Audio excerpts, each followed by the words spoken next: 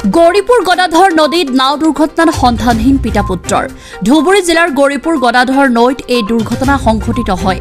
সময় তেতিয়া আনুমানিক ৰাতি ৯টা বাজিছিল। সাবিনুৰ ৰহমান নামৰ যুৱকজনক দেউতাই নদী পাৰ কৰাৰ বাবে টুলুঙা নাৱেৰে যাত্ৰা কৰিছিল আৰু নদীৰে পিতা পুত্ৰই আহি থকা অৱস্থাত হঠাৎ মাছ নদীত নাওখন ডুবি যায়। নিখোজ হৈ পৰে পিতা আৰু পুত্ৰ।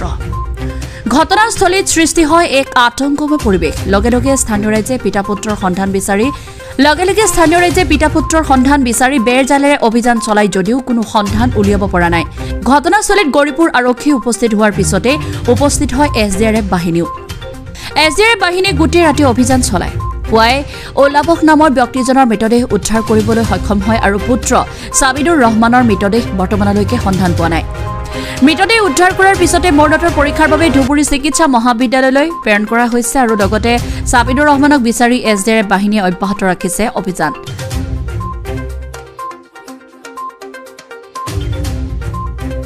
গৌৰীপুৰৰ পৰা চাহাবুদ্দিন মৌলাৰ report, Assam north east news live 24x7।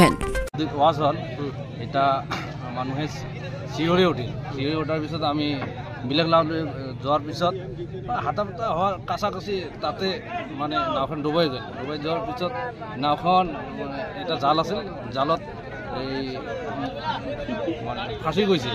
মানে মানুহটোক পোৱা নাই এতিয়াও। কেইজন লোক আছিল? আমি শুনামতে এই বাপ বেটাই আছিল, তাৰ দেউতা আৰু তাৰ ল'ৰা আছিল। এতিয়াও পোৱা নাই। এতিয়াহে আৰক্ষী আহিছে, আমাৰ প্ৰশাসন পূৰা হেল্প কৰি আছে আমাক। সেইকাৰণে আমিও ৰাইজে হেল্প কৰি আছোঁ। এতিয়াও পোৱা নাই। এতিয়ালৈকে SDRF বাহিনী অহা নাই? SDRF এতিয়াও অহা নাই, কিন্তু আৰক্ষী আহিছে। আৰক্ষী অতি তাড়াতাড়ি আৰক্ষী আহিছে।